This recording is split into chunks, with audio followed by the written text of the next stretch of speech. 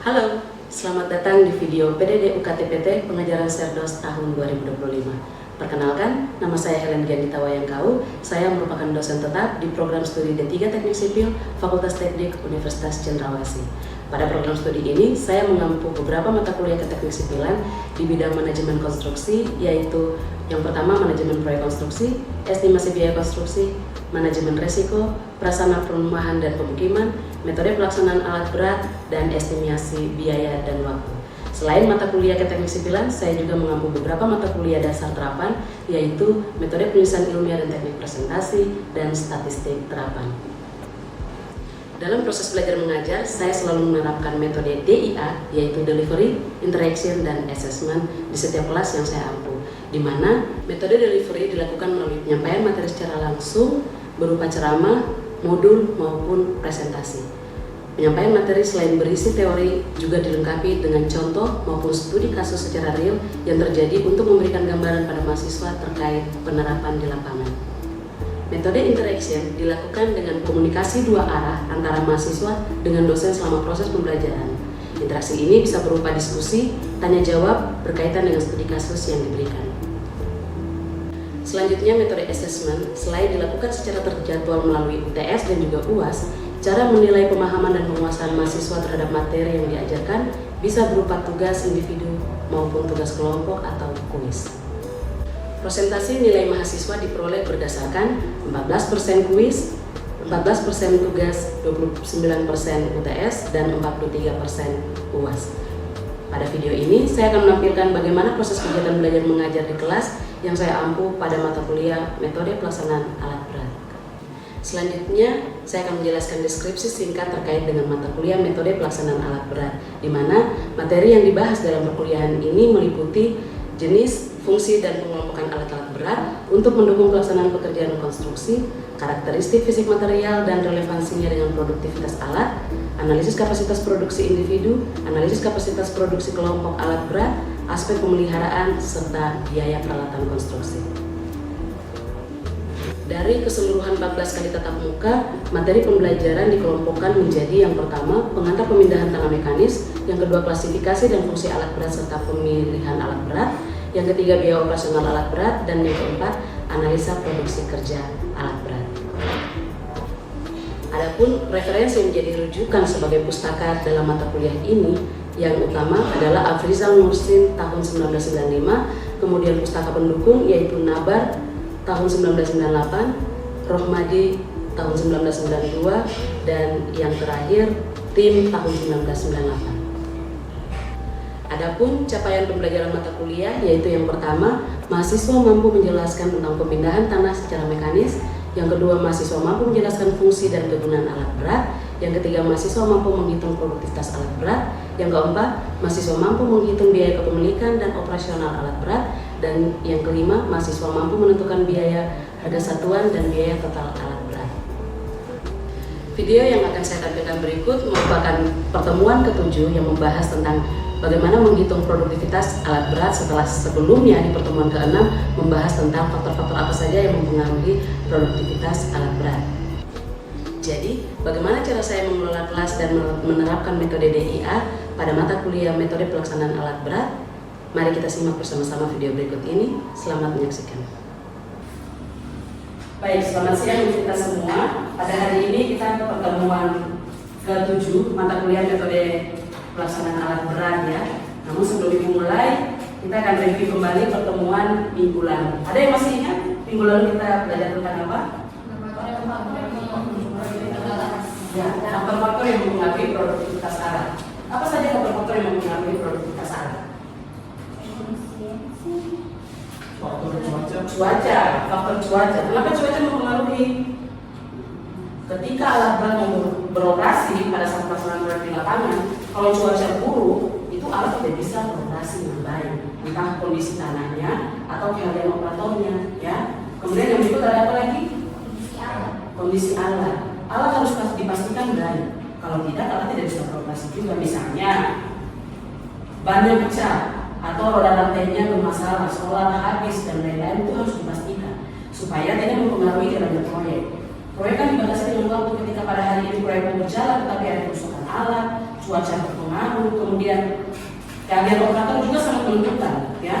Ketika operator tidak ahli dalam operasionalkan alat, itu akan menghambat. Harusnya hari ini dia bisa kerja 1 jam bisa menyelesaikan misalnya 200 meter kubik persegi, 200 meter kubik per jam, tetapi karena dia tidak ahli, entah karena itu daerahnya lereng atau daerahnya karang dan lain-lain, itu bisa menyebabkan menghambat jalannya pekerjaan pada hari ini, ya. Jadi itu faktor-faktor yang mempengaruhi jalannya proyek sehingga menghambat produktivitas alat, ya. Nah, faktor-faktor yang mempengaruhi produktivitas alat itu yang dinamakan faktor efisiensi. Dalam perhitungan produktivitas alat ada namanya faktor efisiensi. Faktor efisiensi ini harus ada supaya bisa mendapatkan produktivitas alat secara aktual, ya. Nah, pertemuan ke-7 hari ini kita akan membahas tentang produktivitas alat dan Ibu akan mengambil contoh untuk perhitungan produktivitas alat tentang daftar, ya. Nah, dalam menghitung produktivitas alat, kamu harus tahu metode kerja alat. Next. Nah, metode kerja alat, selain metode kerja alat, kamu harus tahu juga bentuk alat. Ya, kalau kamu tidak tahu bentuk alat, kamu nggak bisa hitung produktivitas alat. Misalnya, kamu mau hitung kapasitas ekskavator, dia pakai bak yang dihitung kapasitas baknya atau bakatnya. Nah, itu kalau tidak tahu, kamu tidak bisa hitung kapasitasnya. Jangan mau hitung produktivitas truk, tapi pakai kapasitasnya bakar ekskavator. Itu salah, ya. Jadi kamu harus tahu paling tidak jenis alatnya, kemudian tahu metode alatnya, ya. Jenis alatnya juga kamu harus tahu terlebih dahulu. Nah, di dalam truk terbagi menjadi 2 bentuk atau jenis alat dan truk, ya. Dia bisa dibedakan berdasarkan metode pembongkaran.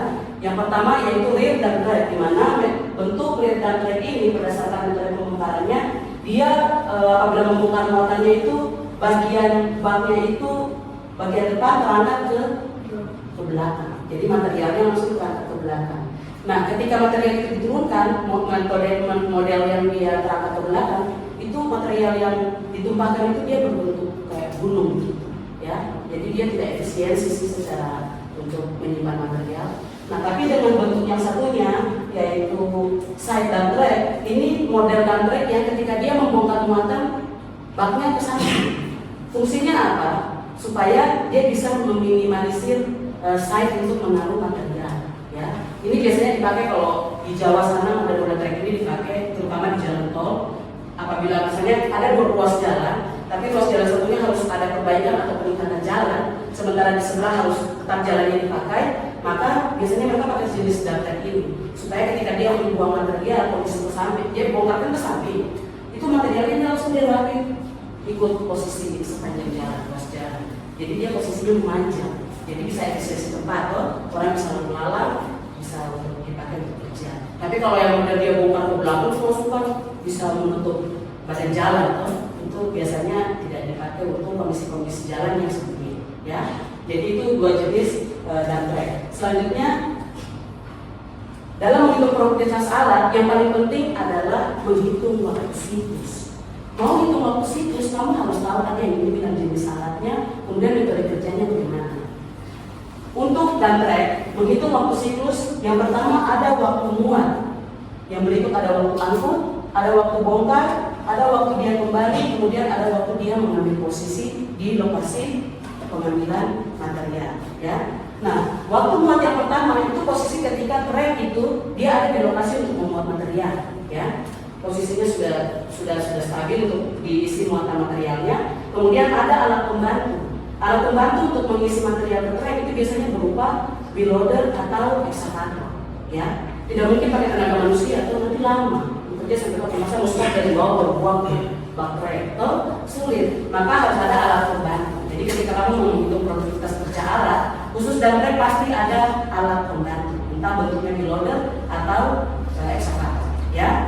Nah, posisi ketika dia sudah siap untuk mendapatkan mengisi material, ya sampai material terisi, itu kamu jalankan stopwatch, kamu hitung berapa menit sih ketika ekskavator dia ambil material sampai dia tuang ke dalam baknya, terus dia kembali, itu berapa menit.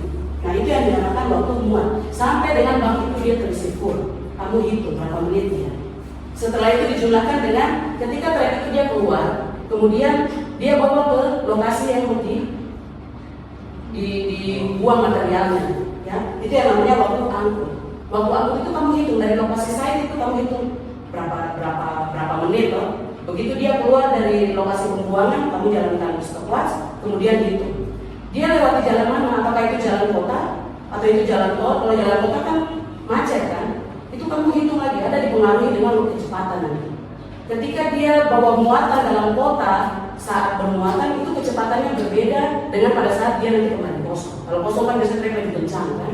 Tapi waktu dia bermuatan, itu dia lebih lama jalannya. Itu kamu hitung berapa menit dibutuhkan. Misalnya dia angkut dari Doyo ke Tokaraja sini, itu berapa menit? Jadi dijumlahkan nanti waktu muat pertama dia ambil material, kemudian ditambahkan dengan waktu dia angkut dari Doyo sampai ke Tokaraja itu berapa menit. Kemudian dijumlahkan dengan waktu dia bongkar. Dia drop material, bongkarkan material, kemudian itu kamu hitung berapa menit, stop, kemudian waktu dia kembali kosong. Dari Tokaraja dia kembali lagi ke Doyo untuk ambil material, itu berapa menit. Lalu pada saat sampai di lokasi pembuangan di Doyo misalnya, dia waktu atlet mundur ambil posisi untuk kemudian mau dimuat lagi material, itu berapa menit. Jadi untuk dapat waktu siklus dan trek, kamu jumlahkan semua waktu itu. Waktu dia masih di lokasi pembuangan, muat, ditambah dengan waktu angkut, ditambah waktu bongkar, waktu kembali dan waktu ambil posisi. Ini yang namanya satu siklus untuk khusus dan trek. Nanti kalau eksavator bagaimana ibu? Eksavator waktu muatnya itu ketika waktu siklusnya ketika dia muat material, dia ayun kosong, dia lepas material, terus dia kembali ayun kosong lagi, baru dia ambil material. Itu satu siklus, ya. Nah jadi kalau kamu sudah bisa hitung ini, maka sudah dapat nih waktu siklusnya. Waktu siklusnya dia biasanya dalam meter kubik per menit, ya. Dia tidak dalam jam, dia mesti dalam menit. Nanti ketika perhitungan produktivitas alat baru kalian konversi ke jam, ya. Selanjutnya, setelah dapat waktu siklus, ini langkah-langkah untuk menghitung produktivitas kerja alat dan trek. Bukan hanya dan trek, untuk beberapa alat, semuanya tahapan perhitungan untuk langkah menghitung produktivitas sama. Yang pertama kita hitung dulu isi aktual, bakat atau bakat. Selanjutnya kita hitung waktu siklus, kemudian hitung produksi kerja kasar, baru hitung produksi kerja aktual. Ya, sampai sini ada pertanyaan? Jika tidak ada, kita mulai yang pertama. Yang pertama menghitung isi aktual bak, di mana rumusnya adalah kapasitas bak dikali faktor muat. Kapasitas bak itu kamu harus tahu tipe alat. Itu tipe alat eksavator tipe berapa? Trepnya tipe apa? Supaya kamu tahu muatan di bak atau bakatnya itu berapa meter kubik. Ya, itu yang penting. Setelah itu kamu kalikan dengan faktor muat. Faktor muat itu apa itu?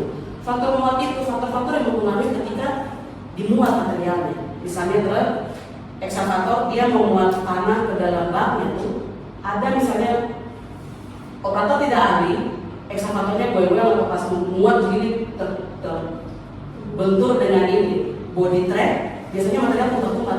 Yang tumpah-tumpah itu yang namanya faktor muat. Atau pada saat dia ambil material tidak full, begitu mau putar material tumpah-tumpah. Nah itu yang namanya faktor muat, ya. Dikalikan dengan faktor muat baru dapat kapasitas aktual bak. Selanjutnya kita hitung waktu siklus, di mana khusus untuk trek itu ada waktu muat, ada waktu angkut kembali. Untuk waktu muat, kapasitas bak dan trek, kapasitas bak itu satuannya meter kubik ya. Nah, volumenya karena bentuk bak ada yang berisi maka meter kubik. Kemudian dikali dengan 60 menit per jam dalam waktu 1 jam, dibagi dengan TKA alat pemuat. TKA alat pemuat itu yang tadi aku bilang. Dan trek itu ketika memuat material tuh ada alat bantu yang lain, eksavator dan welder misalnya, yang bantu memuat material ke dalam trek. Itu yang namanya TKA alat pemuat. Ya.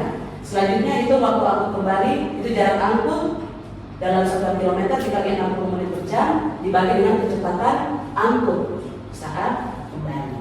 Ya.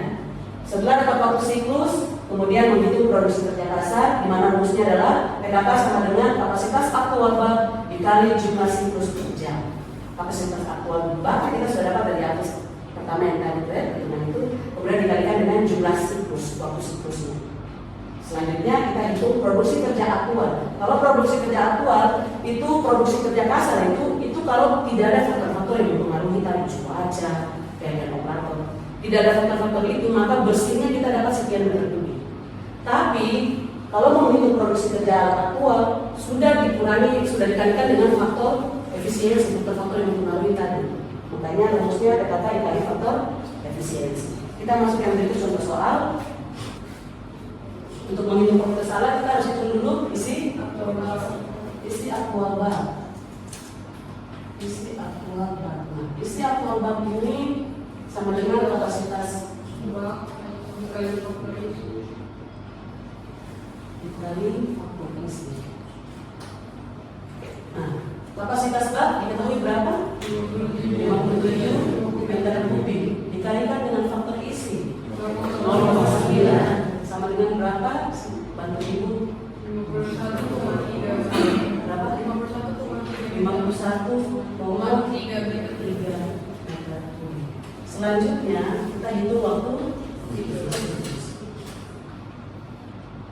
di waktu siklus ini. Untuk baterai ada waktu muat, waktu angkut, waktu kembali, waktu buang, dan waktu tetap. Yang pertama kita hitung waktu muat. Waktu muat sama dengan kapasitas bab sama dengan berapa? 57 meter kubik dikali dengan 60 menit per jam ya. Karena satuan produktivitas alat itu menit per jam. Jadi kita kali dalam jam itu 60 menit per jam. Kemudian dibagi dengan PKA alat pembantu. PKA alat pembantu ini ya, kilometer itu 380 meter kubik per jam. Sama dengan berapa ini? 9 menit. Kalau ada model kayak begini, kamu selesaikan dulu ini ya. Membagi yang sama ini, jamnya ini habis ya. Kemudian kamu tinggal bisa 57 bagi 380 dibagi dikali 60 atau langsung saja bisa selesaikan. Ini supaya terakhir kamu tahu satuannya apa, ya. Jangan sampai tidak tahu ini, nanti kamu tidak tahu nanti satuan akhirnya berapa, ya. Kalau ada kayak begini pembagian di hari ini habis lagi ini satuannya. Maka nanti yang tinggal hanya 9 menit. Maka 57 kali 60 bagi 240 sama dengan 0,9 ya.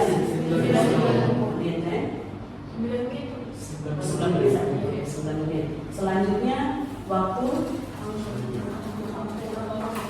angkut. Waktu angkut sama dengan jarak. Jarak itu sama ya, waktu dia angkut pergi, angkut sama dia kembali itu sama jaraknya 50 meter, tidak berubah.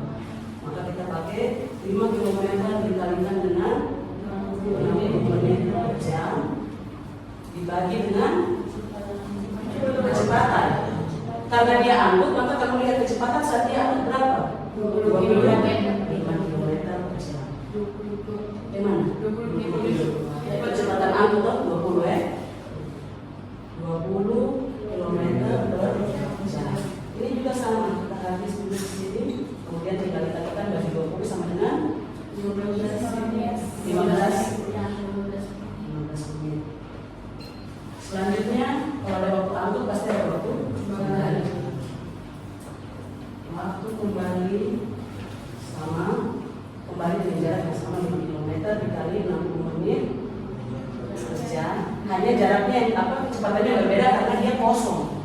Biasa kalau tidak muat dia lebih kencang, makanya sebelumnya angkut dia 20 karena ada muatan, kalau kosong hanya cepat dia 25 km per jam. Ini dapat berapa ini? 12 menit. Setelah waktu kembali sudah diketahui ada waktu tetap, waktu buang dengan waktu tetap. Waktu buang itu sudah diketahui sama dengan 20 menit. Berapa? 20 menit. Kemudian waktu tetap 4,5 menit. Ini semua dijumlahkan baru dapat total waktu siklus ya. Minta tolong ditotalkan. Setelah dapat waktu siklus, selanjutnya kita bisa hitung produksi kerja alat atau PKK dan kasar sama dengan 22. Di sini 42,5 menit. Nah, sekarang kita masuk ke terakhir produksi kerja kasar ini. Itu diperoleh dengan 2,42 meter kubik per jam dikali dengan 50 berapa? Sama dengan 60,35. Tapi kalau kita dikalikan dengan faktor isi, dia berkurang nih. Karena itu, ketika muat ada faktor-faktor yang mengganggu tadi, faktor muatnya, materialnya ditumpah dan lain-lain. Operator tidak ahli, sehingga aktualnya dia hanya bisa muat 51,3 meter kubik. Berikutnya, di waktu siklus ini selanjutnya di PKK ini, produktivitas kerjaan, produktivitas alat itu satuannya dalam meter kubik per jam. Artinya dalam waktu 1 jam, dia bisa menyelesaikan volume sebesar ini. Nah, kenapa berbeda dengan yang PKA Ibu? Berbeda karena ketika aktual kita sudah kurangi dengan faktor-faktor yang mempengaruhi cuaca, regulator. Jadi 50/60 ini waktu yang dihabiskan ketika operator itu tidak ahli atau cuaca atau alat tidak bagus. Baik, sampai sini ada yang mau bertanya? Bagian produksi kerja aktual PKA itu ada PKK dikali dengan faktor efisiensi. Jadi mau faktor efisiensi 50/60 itu dari mana? 50/60, jadi dalam waktu 1 menit itu kan 1 jam 60 detik kan, 60 menit ya.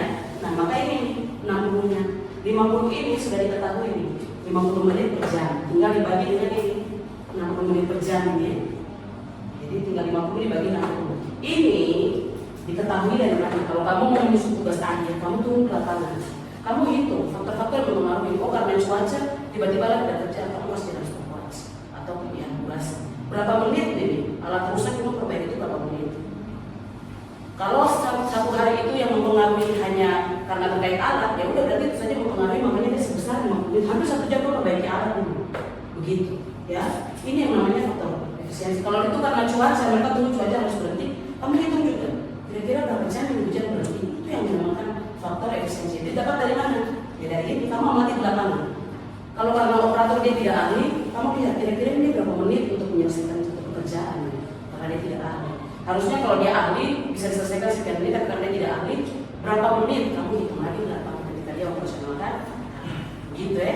Nah yang 60 nih menit per jam dalam 60 sama seperti ini tadi. Waktu muat, waktu angkut, karena kita mau dapat dalam menit harus 60 menit per jam.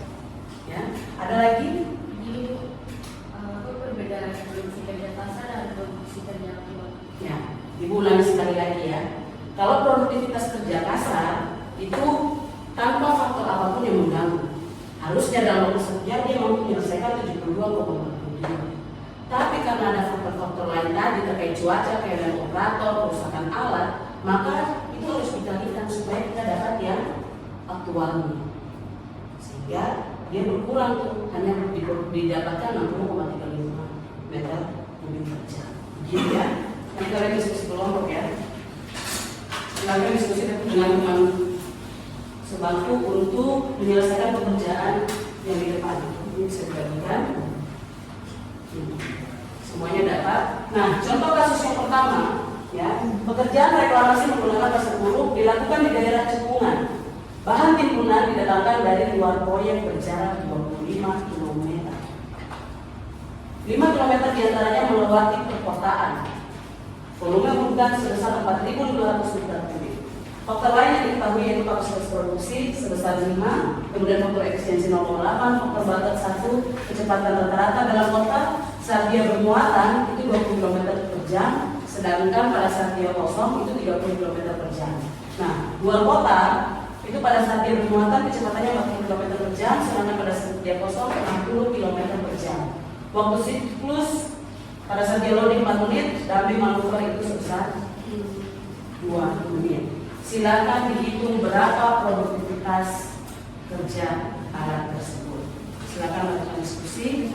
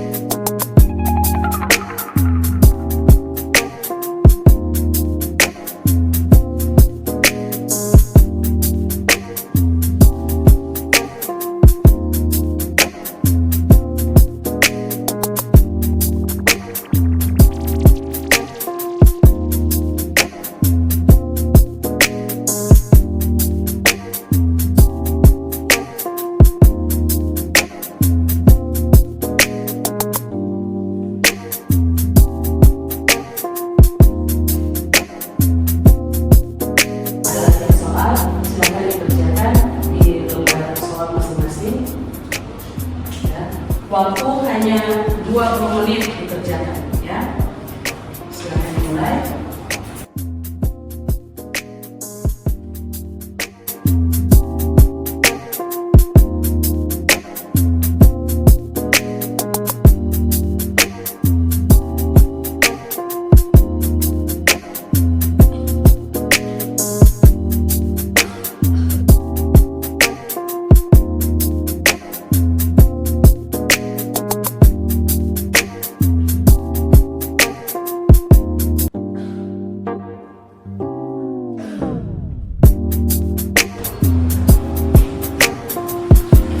Baik, sudah dikumpulkan. Waktu sudah habis.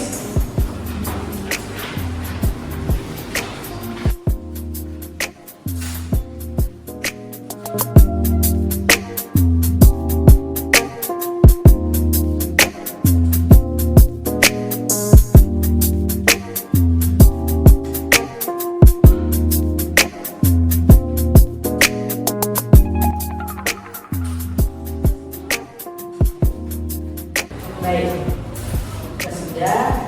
Ibu mau review lagi materi hari ini. Jadi hari ini paling tidak kalian sudah tahu bagaimana cara menghitung produktivitas alat. Untuk produktivitas alat, kamu harus tahu model alatnya, jenis alatnya, kemudian metode kerjanya seperti apa, supaya kamu bisa menghitung isi aktual alat, kemudian kamu bisa menghitung waktu siklus proyek, kemudian kamu bisa menghitung PKK alat dan juga produktivitas kerja aktual alat. Demikian, Ibu akhiri pertemuan kita di hari ini. Terima kasih atas perhatiannya. Selamat siang.